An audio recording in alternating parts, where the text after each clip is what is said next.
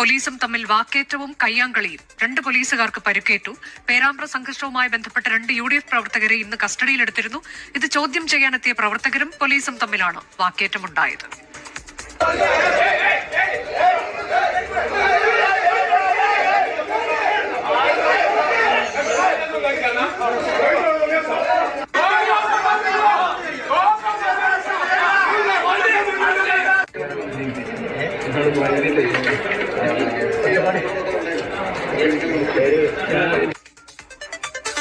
മിഥില ബാലൻ വിവരങ്ങളുമായി. മിഥില, പോലീസ് സ്റ്റേഷനിലാണ് സംഭവം ഉണ്ടായത്. ഇപ്പോഴെന്താണ് അവിടെ സംഭവിക്കുന്നത്? വിശദാംശങ്ങൾ. അനുജ, പേരാമ്പ്ര പോലീസ് സ്റ്റേഷന് മുന്നിൽ ഇപ്പോൾ പ്രതിഷേധമുണ്ട്. കോൺഗ്രസ് UDF പ്രവർത്തകരുടെ പ്രതിഷേധമുണ്ട്.